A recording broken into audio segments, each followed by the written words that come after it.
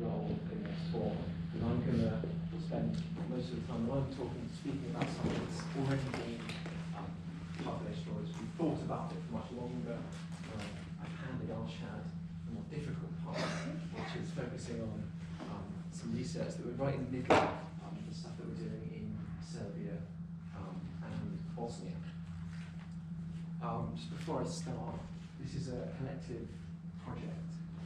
We work with Davies, Birmingham environmental health expert, Yelena Glavovich, and Karolina Augustova at Aston University. And Karolina's doing some incredible ethnographic work in a place called Podusha in Bosnia. And we're working with the charity No Name Kitchen as well. I will talk to that later on. So what today's talk is going to hopefully involve. On the first part, I'm going to talk about the research we've done in Calais, the idea of violent inaction, and then Arshad's going to talk about the Balkan research, focusing on Bosnia and Serbia, and then we'll try and theorise this stuff together, hopefully, using a post-colonial perspective. Okay, so starting with the Calais research. First went there in 2015, it was the day after my PhD viva, and in hindsight, I didn't think I'd be so exhausted. We went there because we'd seen an article on Vice News about Calais. This is before Calais got all that attention in the summer of 2015 from the so-called Calais crisis, when it was in the headlines all the time. And when we first got there, it was a few days after a lot of smaller so-called jungle camps had been destroyed. And we saw lots of examples of debris that had been left behind, potentially useful stuff, when riot police had come in and forcibly moved people into one specific location, really for the first time since the Sangat camp in 2001, 2002. This is one of the things that we saw engraved on a tree that one of the refugees had put there before they were moved on. To give you a sense of the geography of Calais, if you like, these black dots are where some of these smaller camps were. They were then moved to this site here in A. This is the location of the new jungle, as it was called, or Jungle 2 was what it was called as well. In B is the Jules Ferry Centre, and that was the only real sort of formal part of the camp where some provision was provided. I'm emphasising the word some provision, and I'll reflect back on that shortly. These are two photographs I took standing in the exact same location about 2 years or 18 months apart. First church burned down. It was built by Eritrean refugees, and it was then rebuilt and dubbed St. Michael's Church. And this was the last building or construction to be demolished in October 2016, so over 2 years ago now. When we went there, we went as geographers, wanting to do geography research, talk to people about migration, reasons for wanting to migrate or being forced to migrate. Those were our initial questions that we had. But when we got there, we were confronted by a situation that we hadn't expected and something that we didn't know really how to deal with in terms of researching it. We felt that our research tools as geographers perhaps weren't adequate. And Arshad called our friend Davies, who's an environmental health expert, and sent her some images of the sorts of things that we'd found in the camp, the environmental health conditions. And what we did with Surinder is apply for some money from the ESRC and attempt to use science to show what was obvious to anyone who's visited the Calais camp, and that's that the conditions are deplorable. applied for a relatively small pot of money. At the time I thought it was so much the first sort of research I did after my PhD, but it didn't really go that far, £5,000.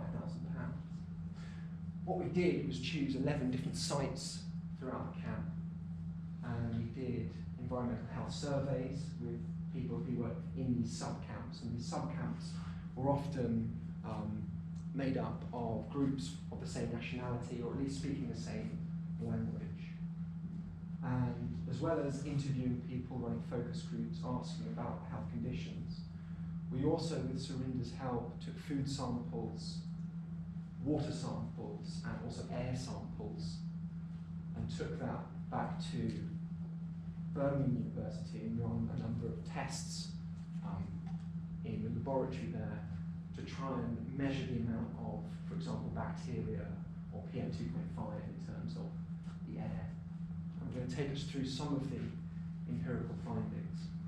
Let's start with food, for example. This is a photograph I took inside one of the sort of makeshift kitchens in a camp. In Calais, from the Jules Ferry Centre that I mentioned earlier, in theory, everyone in the camp was allowed one meal a day, and this is what the French government were telling the media. And this was from the Jules Ferry Centre, from what seemed at first view to be a charity. We did a bit of digging and found out that you couldn't donate money to this charity. It was actually a third sector organisation. It was an arm of the French state.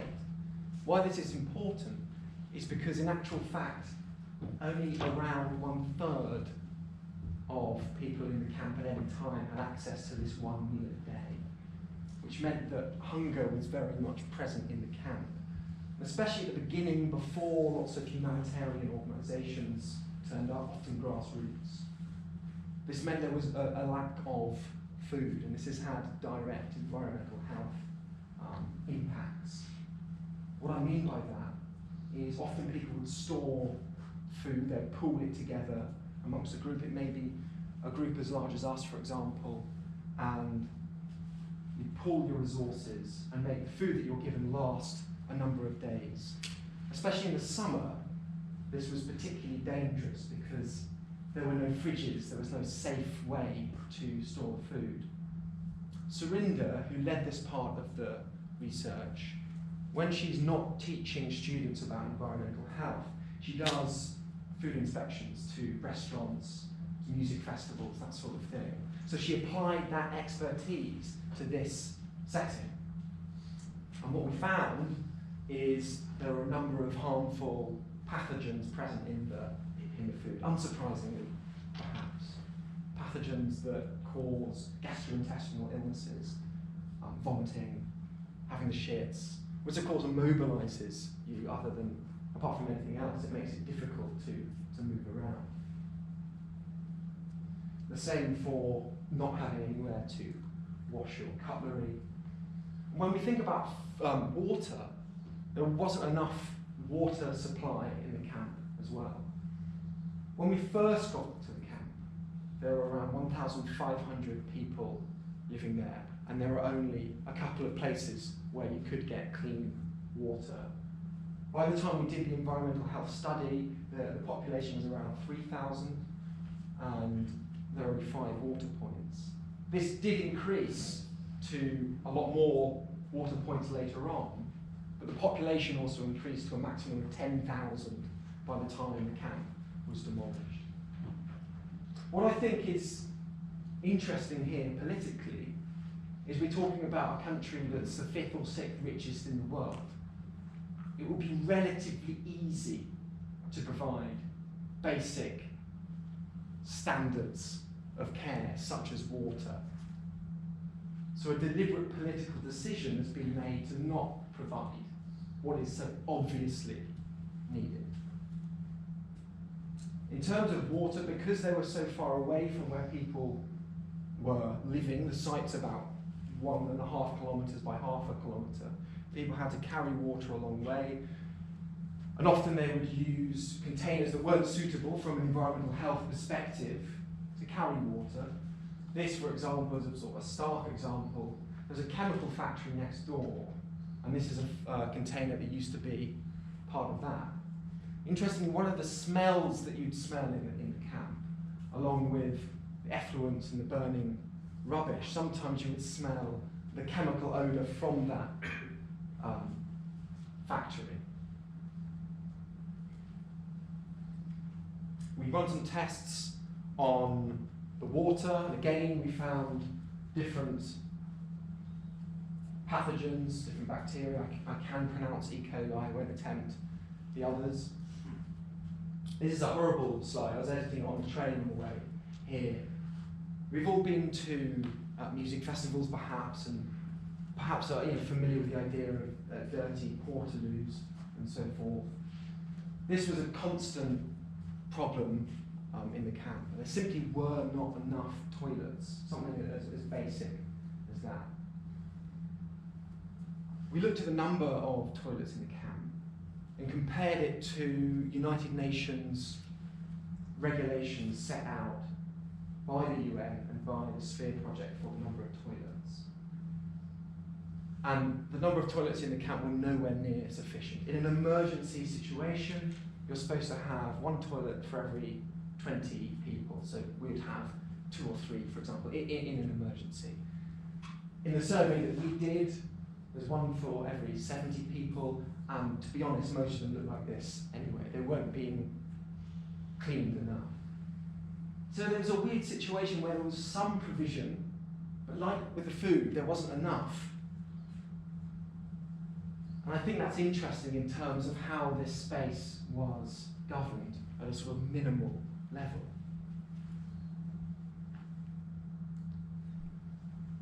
Something that's perhaps even less glamorous in terms of the living conditions here, because there was no way of cleaning clothes in the camp, and because of the sheer overcrowding, it meant that a lot of people had scabies. A lot of us in this room have probably had scabies when we were a kid. It's very common. And it's very easy to get rid of.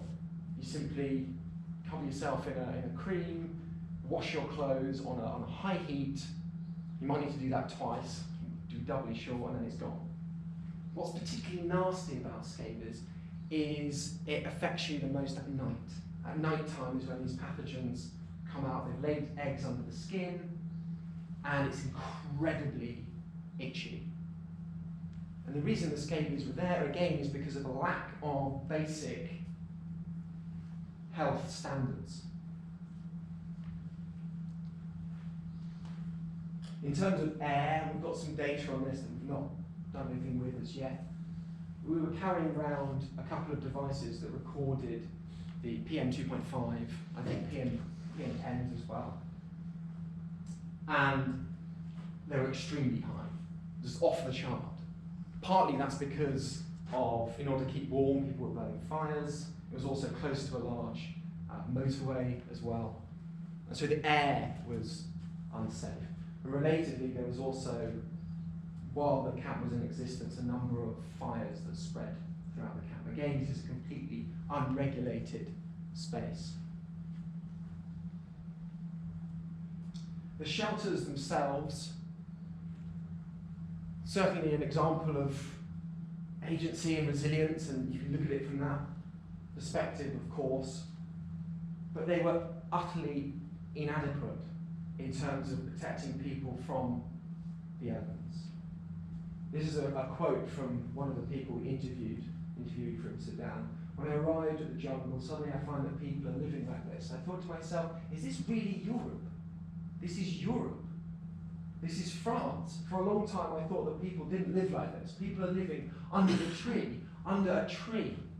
And this kind of frustration was very common in those that we conducted interviews with.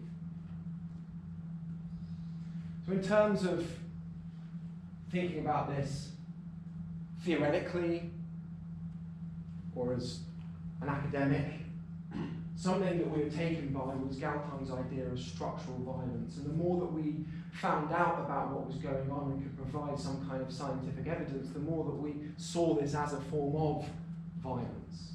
Not a kind of direct violence, not the same as someone running in right now with a knife or punching someone in the face, a very obvious form of violence, but violence that is contained within the structures of society itself. Violence that you therefore do not necessarily see or even consider to be violence at all. And we also thought about something that Tammy Lee writes brilliantly about, the idea of letting die.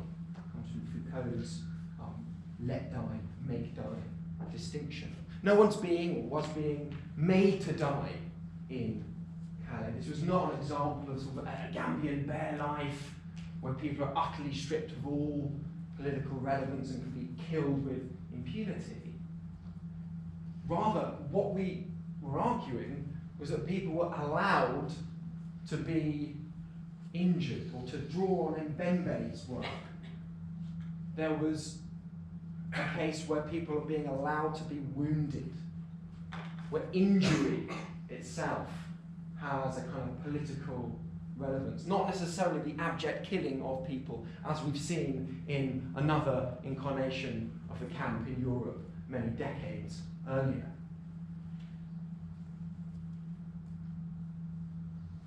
The idea of violence also came from what people were saying as well.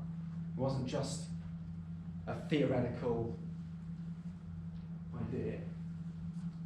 I'm not going to read all of these quotes, but the top one came from a conversation we were having with a participant who was from Afghanistan, and it was about the lack of toilets in the camp and the frustration. And as part of that conversation, he said, we left that torture behind and we've not come here to be hurt again. So time and time again, this idea of violence was coming out in the interviews themselves. We wrote up a report using this data, I think because it had some numbers and figures in, it had more traction than perhaps the stuff we would normally do as human geographers that involve more words. And it got a little bit of coverage at the time. I'm now going to pass to Arshad with a far more difficult section, I think. So we're seeing from that the way that structural violence is embedded in the practices of the French authorities in relation to the Calais camp between 2015 and when the camp was destroyed in 2016, and some of that stuff continues today. Thom's going to talk about that a little bit later. But I'm going to show you something from the Balkans, which we've started researching in summer of 2017. Again, a collaborative project. So Elena Brodovic is our partner. She's at Aston University as a senior lecturer in international relations. Caroline Augusta is her PhD student, her doctoral researcher, and what I want to show you in relation to violence reports, that and all the photographs are basically directly from Carolina's interviews, and also No Name Kitchen, the charity that we're working with in Northwest Bosnia. So what we saw in Calais was something that was, structural violence. It wasn't, it's not the sort of overt, brutal forms of violence, but you have to dig down a little deeper to find it, right? The violence that's been happening along the border in the Balkans is much more brutal, much more direct. But despite the fact that it's a different form of violence, we're going to argue that the logics are basically the same. So you'll remember this poster, who doesn't, unless we live in Iraq in the last 3 years, which probably would have been preferable, to be honest, but Nigel Farage unleashing the sort of Leave poster, which actually got reported to the police for its racism, basically saying that the EU has failed people, but using the image of brown-looking, what were largely Syrian refugees, moving into Europe and saying that this is what's going to happen, even though the issue has little to do with being in the European Union or not. It's clearly a racist poster. Interestingly, that poster was actually taken from a photograph on the Balkan route itself. It was in Slovenia. I think that's just an interesting sort of counterpoint to what we're going to talk about in space we're going to talk about. Now, the Balkans, as a migration route, started receiving more attention sort of since 2012. In 2012, there were a number of countries that started lifting asylum restrictions, including Bosnia, Montenegro, Serbia, Macedonia. This meant that basically some migrants who could get visas to visit these places can effectively jump bits of the game and basically get closer to Europe before making informal and irregular journeys from that point onwards. But obviously, the most sort of media coverage that you would have seen in relation to this route is in 2015, at the height of the Syrian refugee emergency. So for a short period of time between August 2015 and really about September, October 2015, so Dublin 3 controls were basically suspended by Angela Merkel, and that led to hundreds of thousands of people making this journey through the Balkans, then through into Austria, and then into southern Germany. Very soon afterwards, that movement was curtailed and Dublin was re-implemented. So when Dublin, so this is basically the journey, people coming through from Turkey, so they might have arrived from Syria, there might have been some people from Iran, Pakistan, Afghanistan, but basically also from Syria and Iraq as well. So going through the Greek islands, through Macedonia, then into Serbia, then into Croatia, and the route would then take you up there towards Germany. But as soon as those controls are reinstated, what it basically leads to is pinch points. So you have refugees stuck in particular points. So you might have seen stories over the last couple of years of migrant refugees stuck for sometimes years. I mean, I think last time we were Lesbos, people have been there for 2 years and can't get out. So that's a particular pinch point. There are similar pinch points on the Greek-Macedonian border. There was the Belgrade barracks alongside the railway station, which housed probably 1,000, 1,500 people. That's where No Name Kitchen started their work. I'll come to that in a bit. And then there are kind of informal camps on the Hungarian Serbian border and also on the Croatian-Serbian border, because these were potential irregular routes into the European Union. So just as a sort of visual example, this is a kind of informal camp, similar conditions to what you would have found in Calais. This one's on the Hungarian-Serbian border. And this is the barracks, which is in Belgrade, next to the main railway station, which houses over 1,000 people. As I said, I think this is from No Name Kitchen's website, so they're probably doing a soup distribution. They began as an organisation that just delivers food to people in Belgrade, and then their activities are now expanded out to a few other countries, including across the Balkans. So these are the kinds of pinch points that are being created. And once the borders are closed, well, then it becomes obviously a lot trickier to cross into European space or indeed into the Schengen area. This individual here, who's now in Holland, he was in Serbia in 2017 when we met him, and he was talking about the game. So the game is the name given to the sort of, I guess it is gamified, it's basically a game of beating the border police and trying to get through. And it's referred to as the game throughout, right away in Calais, and I've seen sort of similar references made even to people who are crossing through Iran. So, it's known as the game. And he's saying that people call it a game because there are winners and more people lost. If you play a game, we have GPS, we start walking, maybe we win, maybe we go to the end, maybe we lose, and maybe we get pushed back. So it's saying, it's basically like a game. What's particularly sort of dangerous about this notion of, the fact that basically you've got asylum seeking becoming a game in that, you're not necessarily entitled to it. You're not necessarily going to get asylum because you are entitled to it. You have to actually cross over into European space in order to have the chance of being resettled permanently in a way which you can then establish a proper future life. There are, 3.5 million refugees, migrants in Turkey. Most of them would have applied formally for refugee status. For most of them, that would not be forthcoming. They'd be sitting waiting endlessly. And similar conditions exist elsewhere in the biggest sort of refugee hosting countries in the world, places like Pakistan, Iran, Lebanon, Jordan, and so forth. And then you have all those other countries that simply do not have any sort of infrastructure and provision for anyone to seek asylum and really get relocated. There's no certainty of that happening, certainly in Serbia and Bosnia. So it's becoming a bit like a game. Okay, so in 2017, when we took that photo, that was near a place called Šid, which is in western Serbia along the Croatian border. So as soon as you enter Croatia, you're into EU space. You're not necessarily into the Schengen zone, which is further on, but you're into the EU border. That then became closed very quickly because it's a relatively small border. It's easy to securitize. And the European Union has been giving money to border guards, basically, in Hungary, Croatia, now also in Bosnia, we'll mention as well, in order to make those borders harder to pass. Once that route basically became near enough impossible, I mean, the guy that you saw in the photograph, it took him about a year to cross. I think he was kicked out of Croatia about 20, 25 times before he's now successfully got asylum in Holland. But yeah, once that route closed up, people started moving through Serbia and then through Bosnia. So No Name Kitchen's operations then moved alongside it, because they were doing distributions in Belgrade and in Šid, and then suddenly it went from 500 people in Šid to just a handful of people in Šid, and as we have now, a few thousand people in northwest Bosnia.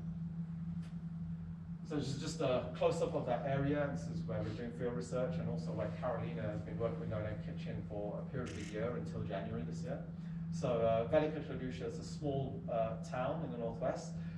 There's also Bihać, which is actually a bigger town, which has some more formal refugee accommodation. Some migrants in Velika Trduša now also live in formal accommodation, but that's a more recent development. I can go into that in questions and so forth. But the game in relation to this map is to basically try and get to Trieste, right? So it's a relatively short border geographically, although some of the areas around there, the sort of mountains and hills in this area over here are difficult to pass. And because there are only a few main roads heading up that way through into the west of Croatia, obviously they're guarded very closely by Croatian police. How does the Croatian police and the Croatian border police, and by extension the European Union, deal with that? Well, they enact a form of violence that is much more, is much more crude. No, there's nothing subtle about it. It's baton on bone. It's pretty nasty stuff, and this happens repeatedly to people. So basically, typically, people who cross might last a day or two in Croatia. They'll probably make some of their journey towards there. Some might make it through into Slovenia. If they get found in Croatia, they will likely be they'll be corralled into a van. They'll have their phone smashed, which is to stop them from being able to use GPS. It's also probably their most valuable possession that they have on them. It's crucial to their journeys. It's crucial for them to contact families that might not be able to replace it. It's contact for them to. It's crucial for them to contact smugglers if they're using, say, someone who's driving them, say, in a taxi through borders. So they basically disable their mobility by smashing their phones. They also get beaten regularly. This is not in any way contested anymore, really. For a long time, I think the Croatian police had lines about the refugees fighting amongst themselves. These are plainly ludicrous as a result of some border violence monitoring that's been taking place, which I'll talk about in a second. And then they get basically dumped back to Bosnia and Herzegovina, and these are called pushbacks. So in these pushbacks, you get beaten, your phone gets smashed. People have also reported being robbed, so having a wallet money taken away, and then you're left with nothing, and you're back in northwest Bosnia. And this can happen repeatedly to people. If they manage to get to Trieste, they can go to Italy and actually apply for asylum in the way that you would on the Frontex system, as most people would understand. If you went to Zagreb, or if you went to Slovenia, if you could go to Zagreb and the UN offices or the UNHCR offices, and you will not be able to apply for asylum. You'll be picked up outside and dumped back. You'll be pushed back. Right? So the right to asylum in this space is purely theoretical. It doesn't exist in practice at all. So, No Name Kitchen, running sort of food distributions, clothes exchanges, and showers basically in Velika Trduša. More sort of showers and clothes exchanging in that place. Typically, you'll see people sort of come to use the showers and the clothes exchange, and they'll present with injuries because they've been on the game, they've been beaten and so forth. So the sort of bruising there, the marks on the hands from sort of perhaps protecting themselves from being beaten. And similarly, the sort of smash mobile phones, which is one of the sort of images that started proliferating on Twitter to prove that because this is illegal. Like there's no law by which there's no sort of law by which this is legally administered. This is just illegal violence, right? Interestingly, after these images started proliferating of refugees with smashed phones, and that tells you something about the way that Europe deals with the border crisis. What they started doing is breaking the phones in a way that was invisible, so they'd take out the battery and then smash the mechanics inside. Like, whether the violence is visible or not is interesting. So I think in all these scenarios, whether it's in Calais or whether it's in Bosnia, part of it is to try and make the violence either too distant for people who might care or might do something about it, or indeed to make it invisible in a way that it doesn't look like violence, so you can't see it. And that's one of the ways in which it's done.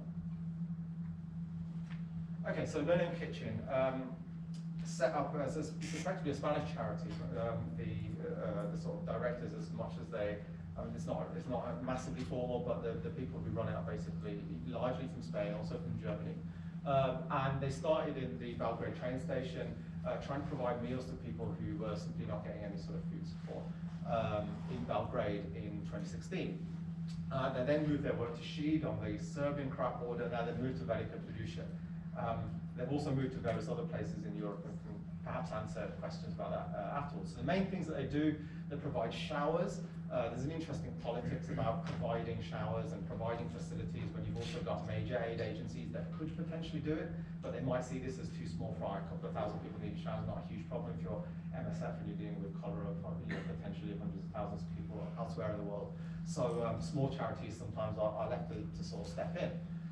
They run a clothes exchange, they distribute some blankets and sleeping bag provisions. But they also do activism. They're a avowedly anti-racist and anti-capitalist organisation.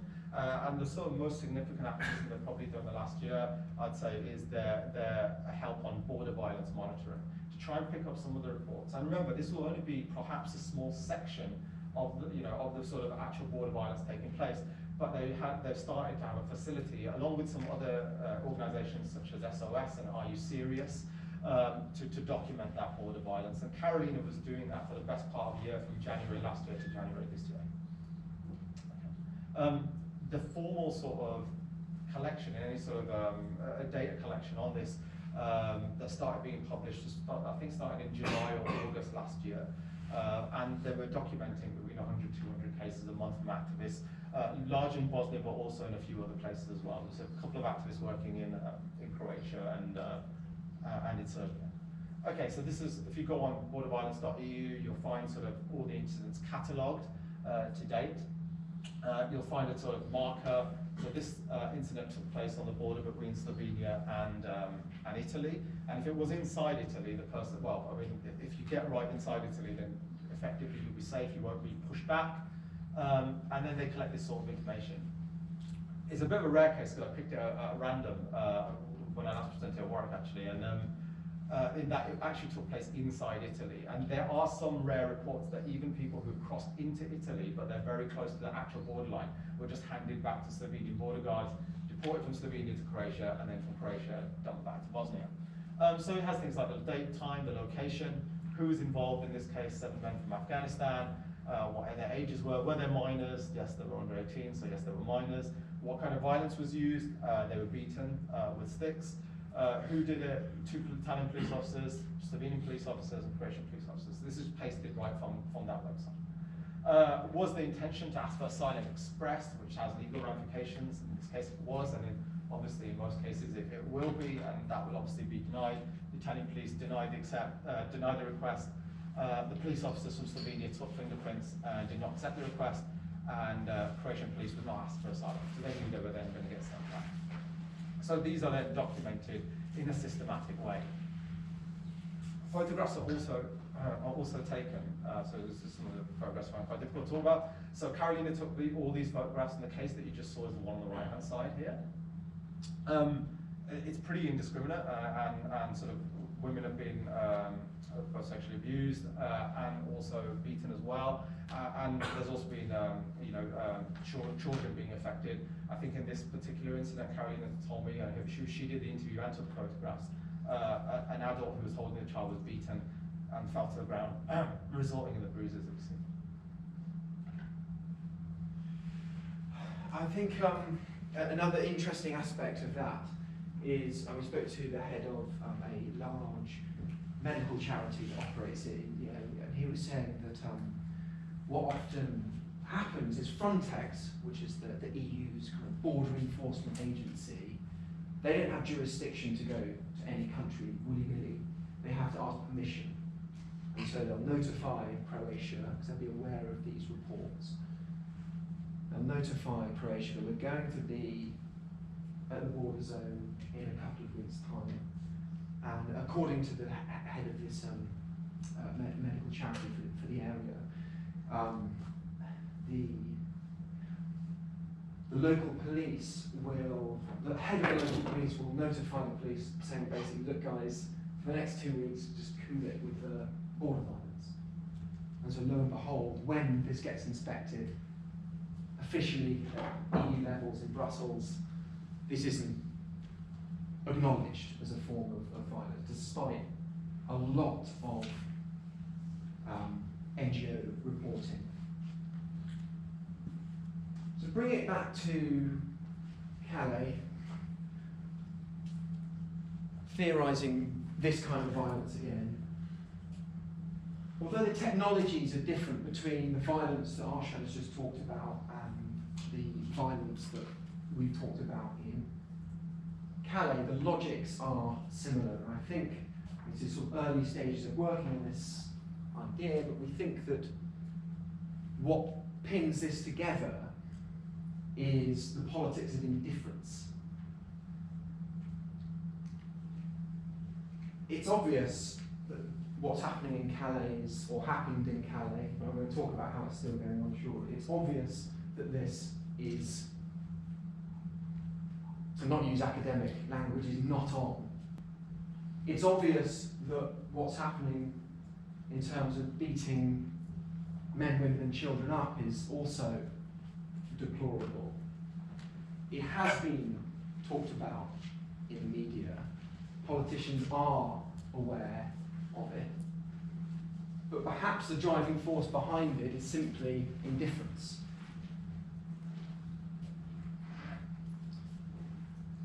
To theorise the Calais stuff a little bit more, I think what this case study shows is that power can be administered through deliberately withholding care. By not doing something can be just as powerful in terms of controlling people than doing something. And there's a continuum of what we call the violent inaction between the kind of violence that Lorenzo's talked about in terms of people not being rescued at sea in the Mediterranean, deliberate choices not to rescue people, and a deliberate decision not to provide basic standards of care in one of the richest countries in the world. So perhaps inaction is interesting. Connecting to the theme of this seminar series, hostile environments, we can see in the case of Calais that the environmental health conditions themselves could arguably be seen as being weaponized, as being a further extension of the border. The way that the pathogens are allowed to grow in these perfect conditions, the way that people are hungry, gastrointestinal illnesses and so forth, is an extension of how the violence of the borders, something Rhys Jones talks about, how that can be extended. And the environment, I think, plays a really important role here in Calais and also in the Balkans. And I'm going to talk very briefly about a different way that the environment is involved in the politics of this place. Here's a photograph, a satellite image of the peak of the Calais camp. Around 10,000 people were living in the camp at the time. What's happening now in Calais in this particular space? This is an image from Hannah Ruhlman's master's dissertation, an alumni of Goldsmith. And it shows, and this is a French plan of work that's currently being done, the space of the former Calais jungle cleared in October 2016 is now being turned into a nature park. And what could be more seemingly apolitical than a nature park, than the environment? What could be a crueler irony as well in a location where the police used to look out over the camp and fire tear gas occasionally, where migrants were kettled into this area, and now it's a lookout station to look for migratory birds in this space. I think this could be an example of greenwashing. We've all heard of greenwashing, you know, BP sponsor the National Gallery, make them seem greener, invest in some solar panels. Perhaps this is an example of the environment being wielded in a different kind of political way. Today in the camp you can find goats. I imagine rare goats. Yeah, we thought they were sheep, didn't we? Yeah. What's interesting as well is what is allowed to stay in this space, thinking sort of architecturally or archaeologically. Up here we've got a large concrete bunker built by the Nazis. It was part of Fortress Europe, a way to defend Nazi Europe from the Allied invasion, built by Jewish slave labour encamped locally. That's allowed to stay. That's a fairly safe kind of history that you can talk about, that you can kind of incorporate literally landscape into this space. But any sign of the former camp has been completely erased, and instead certain plants have been planted here and so on. What this map doesn't show is that about 300 metres up the road here is another camp where several hundred people are living right now. Although the political landscape, sorry if I mess up this sentence, the political landscape hasn't changed. The geographic landscape has. The physical geography has changed, but the politics is still the same. And so between Calais and Dunkirk, there's somewhere between 1,000 to 1,500 displaced people currently living in similar conditions to the so-called jungle. And the technology of violence now involves every week or so in a kind of cyclical way. The police will come and they'll take the sleeping bags and they'll throw them in streams and on the ground, and they'll rip up the tents and get rid of them. Again, using the environment to make life a little bit more hostile.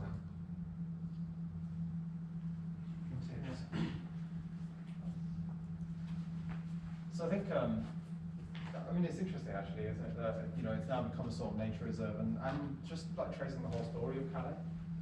So the Calais camp only begins as a camp, a couple of miles outside the centre, because effectively there's 1,000, maybe 1,500 people living too centrally near the town centre, and the French authorities don't want to see them there. Like, it's too obvious.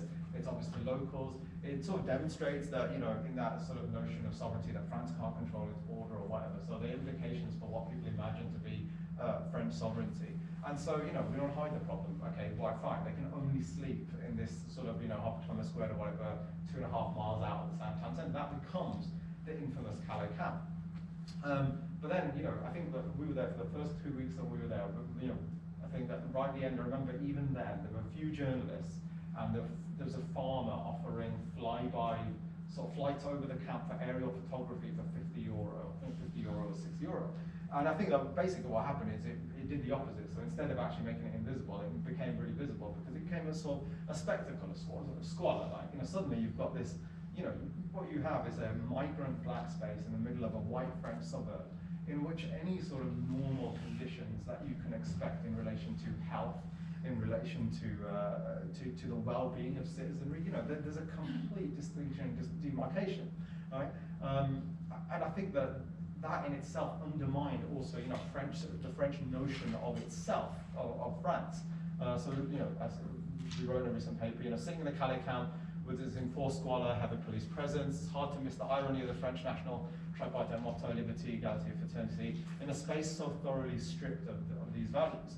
And I think that, why the camp was then destroyed a year after, 2015 or in October 2016, was again to hide the problem, to make it sort of, invisible. And that's what it ends up being, a nature reserve where suddenly it looks like this was part of French history. And I think on the boards that you now get these tourist boards, and they said, there was a period of time in 2015 where some migrants were fed here. I mean, that's there's a kind of a statement like that. And some people are still there. They're just like a few hundred meters around the corner. But suddenly you've got this sort of clean history of, we fed migrants here, and now the site has been, I think the phrase is return to nature. It's been returned to nature. I think that really well. So there's an interesting way in which it's about being making these things invisible and not making people uncomfortable, not seeing the sort of discomforting sort of post-colonial logic that's inherent to some of these environments. Now, like Thom talked about the inactive violence that you have through state withdrawal effectively in a way that's at first subtle, right? Because you just see a camp, you don't see all the violence unless you start picking away and you're doing environmental health research, or you start interviewing people about what they've suffered. But Bosnia is very different. Right? and it's something that's very direct and very crude. I put this photograph up because when we were volunteering from our own kitchen in summer last year, we were at this microlight hangar, which is one of the sites where they provide a bit of water and blankets and stuff. And there were about 40 people staying there. And obviously, we've been doing research for a couple of years. You hear about the game, people going out in the game, but we had to fix a water tank sort of somewhere on top of that building because it was leaking, and we struggled for a couple of days trying to find the right pipes and the right connectors and this.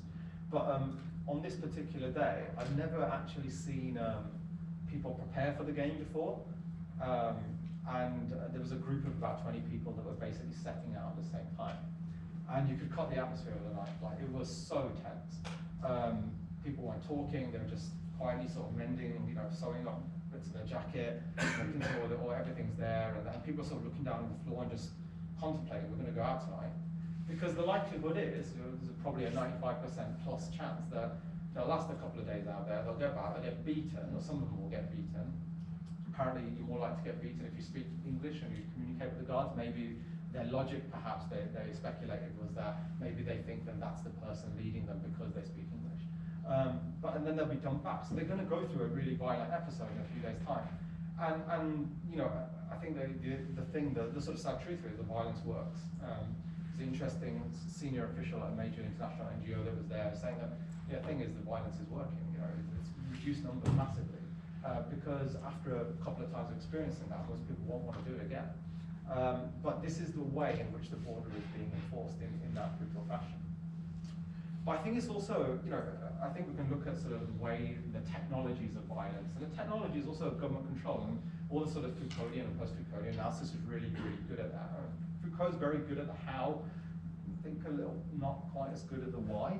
And I think that to look at some of the logics that underpin the border violence that we see, we have to start looking more closely at issues of race and post-coloniality. The Balkans is a really interesting space, right? It's always been this sort of buffer zone between what people have variously considered, Christendom, Christian lands, and Muslim lands. It was under Ottoman rule for a long period of time, up until 1878, and over the previous 3-4 centuries, a lot of ethnic populations who tended to be Muslim were resettled there. Albanians, they became Muslim Bosnians, Bulgarians were also resettled in some of these spaces. When the Ottoman Empire fell, it fell partly due to the sort of nationalist projects, the Habsburg states, and the Serb sort of nationalist project. There was a racialization of those individuals who tended to be Muslim in that region. They were referred to as, as European Indians. I think this reference comes from Catherine Baker's recent book on race in Yugoslavia. So they're referred to as European Indians and denigrated as not being sufficiently European. Race isn't something that is always about skin color, where it's not entirely fixed, it's not entirely static. There are some populations who, by virtue of their dark skin, will never be able to graduate into whiteness as such. But there are other populations whose representations are far more fluid. Think about how the Irish were never represented or considered white in the 19th century in the United States, and after a period of time they were racialized into a whiteness. The same happened for a lot of Jewish minorities in various places, although one can debate about the extent to which that's taken place for Jewish communities. Italians in America were not considered white. And even if you think about, sort of Brexit, think about the way in which Eastern European minorities are sometimes not considered as being properly white. They're seen as a sort of substrata of whiteness. They're sort of beneath Northern European ethnic whiteness, I suppose you'd say. So this is an important zone in constructing those racial boundaries between whiteness and non-whiteness, Europe and non-Europe, Christendom and the Islamic world. And obviously, in this region too, you have a very recent phenomenon of the wars in the Balkans, as well as the conflict in Kosovo, which saw ethnic cleansing, on a significant scale.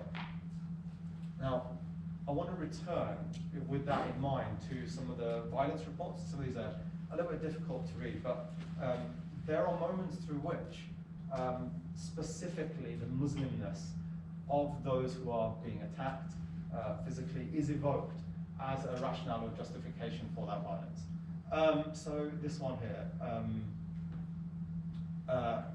I'll let you read it, because I find it difficult to read out. but basically,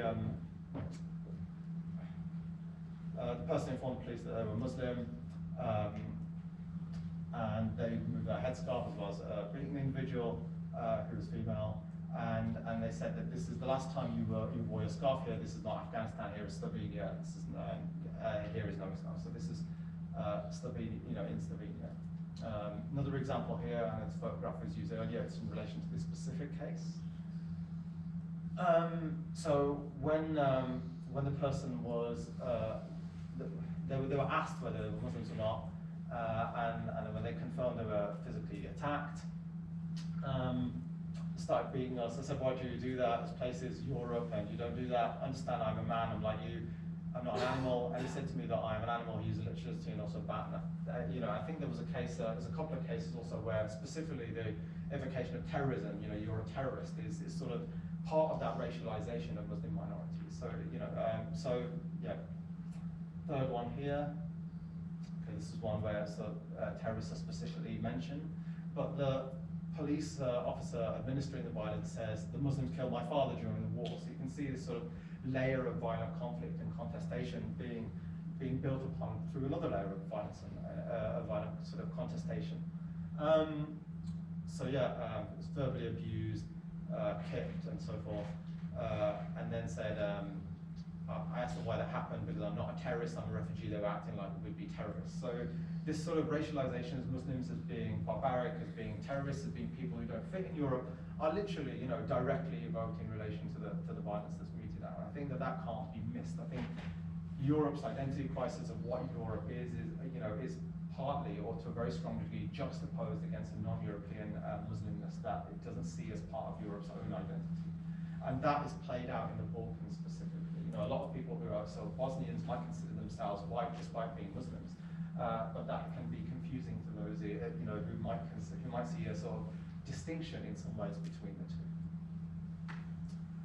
The Guardian has reported some of these incidents because they are quite. I'm not going to play the video, but there is because the authorities would all say, well, the refugees are lying, they're made up, the injuries are because they're beating themselves and various other things that are implausible. But there was a video on the Guardian a couple of months ago where there's footage taken, the video footage was taken where you can hear the pretty horrific sort of screams of people who are being beaten at that time.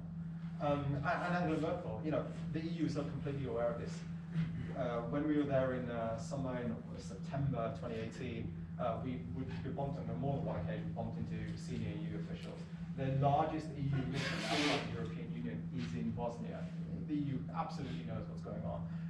And Merkel, saying obviously that maintaining the borders and police procedures aside that Croatia has made great progress. The end game is just to basically reduce the numbers. And as I was saying earlier, the truth bit is that the violence probably works if that's their end goal, is just to reduce numbers.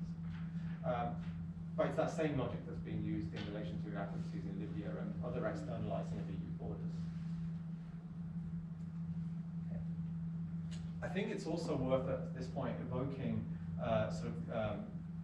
Europe's internal racial hierarchy. I've already mentioned the way in which these populations in the Balkans and in Southern Europe are sometimes not seen as sort of proper European.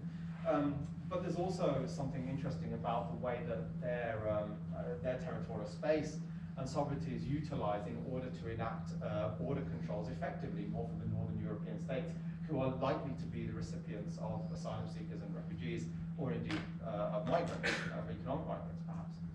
We have to remember throughout this that Europe, for all its sort of talk on liberty, freedom, of sheltering of people who are displaced and so forth, Europe accepts fewer people as refugees per person than any other continent. So we have to bear that in mind. The big refugee hosting countries of the world are not in Europe at all. Europe doesn't come close. But there's something interesting there about the way that countries like Italy, Greece, and now the Balkans are being used by the European territorial project. I was listening recently to Serko Kroga, who was talking about the internal colonization of Europe. He was specifically referring to the Greek debt crisis and saying that through, due to the interest of the German Landesbanks, Greece is being turned into a sort of colony of Northern Europe and specifically of Germany.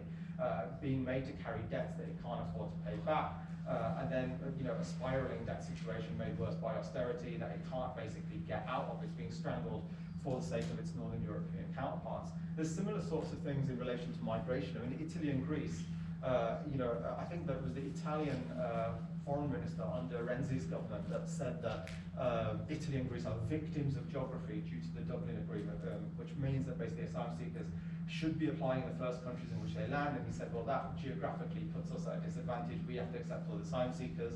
We've got, what, Greece, 50% youth unemployment, whatever, Italy with a similarly poor prospects relative to its Northern European counterparts when it comes to its national economy.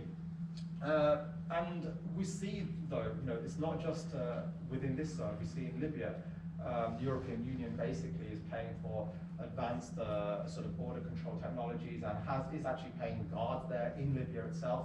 It's also provided money for centres, which I think Channel 4 News a couple of weeks ago had investigated reporting and showed those centres to be woefully inadequate. Not only woefully inadequate, so overcrowded they've also become a recruiting ground for human slavery, for human traffickers in that region. So they're literally recruiting out of camps paid for by the European Union.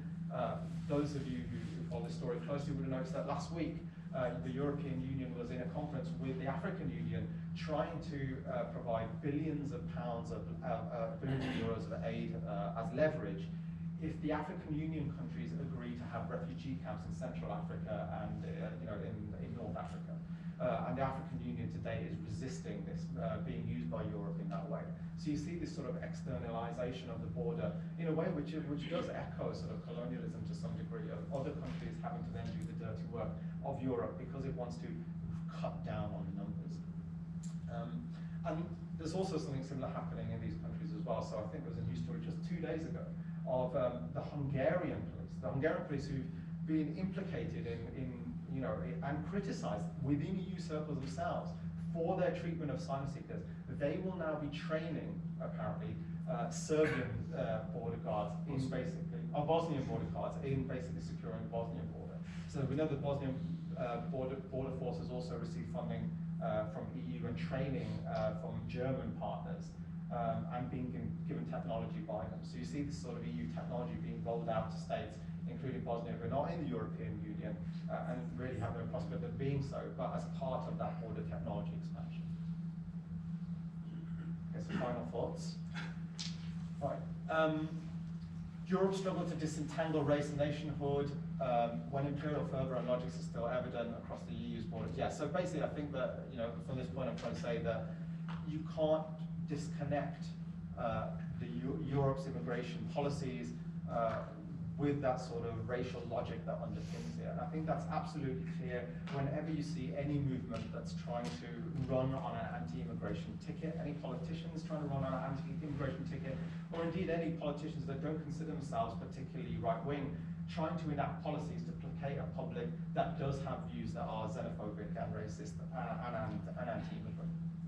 Now, throughout those case studies, we've seen different types of violence, different technologies of violence being used, and these can range, but the logics underpinning them are relatively consistent. And I think in thinking why the technology changes, well, I think that the technology of violence adapts to what is necessary and what is politically palatable. Okay? You don't need to have lots of people beating back refugees in the Mediterranean, because the Mediterranean is a graveyard of asylum seekers. 30,000 dead in the last 15 years, arguably some figures like that sort of borne out. Similarly, the environment in between America and Mexico, the Sonoran Desert, does the work of a border force by basically killing those people who try and go through it, or a large number of them, and providing that threat. When the landscape can't do that, well, then you have to use means that are more direct and more crude and more brutal, as we've seen in the Balkans. But we can draw a line. The sort of theme of this is hostile environments. We can draw a line between the types of violence that is meted out, in the Mediterranean in a way that no one really has to do anything. You just have to have a sort of inaction. Mare Nostrum is called off, and then people drown. The same violence, the sort of baton on bone violence that's used in the Balkans. The violence of inaction used in camps such as the one in Calais, currently such as places like Dunkirk and Paris have similar situations. Making conditions so bad that people themselves decide to turn away. but also looking close to home and domestically. The fact that if you're an asylum seeker and you're on an appeal process in the UK, that you won't be necessarily getting any sort of provision, you might end up homeless. These things are a deliberate part of hostile environment policies, denial of healthcare, denial of housing, etc., that are meant to make it difficult for people, for migrants and refugees here in the UK as well. So there is a continuum in relation to the hostile environment. I also want to add that the very notions of when we talk border security and sovereignty, and we need immigration control. It's always there's always a cycle of right-wing people say something really offensive. Katie Hopkins says bring out the gunboats, and everyone says that's really awful. How can you say that about refugees that are drowning? And then basically you enact the same set of policies that she's advocating, where you say, okay, we're not going to have rescue missions. We're going to call it a national emergency if a handful of Iranians land on Dover. Okay, so these things become institutionalized. And when we talk about border security, sovereignty, and immigration, at some point somewhere along that border security, there's going to be death and there's going to be some sort of brutal violence. And I think that is uncomfortable to reflect on, but we have to start reflecting on it. And I think that, as a final point, by interrogating how border violence takes place, how it's concealed, how it's hidden, displaced, and rationalized, it doesn't tell us something about the state of the world necessarily, because most of the world's population today is still static. People generally will live and work and die where they're born. But it tells us something about ourselves. It tells us something about what Europeanness is, what European cosmopolitanness really means. The policies that we're willing to see domestically are very different to those which we're willing to happen, as long as there's a distance between us. I find the distance sort of angle very interesting as well. In the same way that I'll buy my mobile phone without knowing any sort of where the components came from. There might be all sorts of iniquities. It's commodity fetishism, as Marx would call it. The distance means I don't get to see the label put into the phone. I think there's something similar with European identity. We experience a particular type of European identity, which can often give us feelings of warmth and belonging and comfort. And I think that part of it is also because we're distant from the very sort of harsh, brutal realities that underpin that sort of construction of European sovereignty.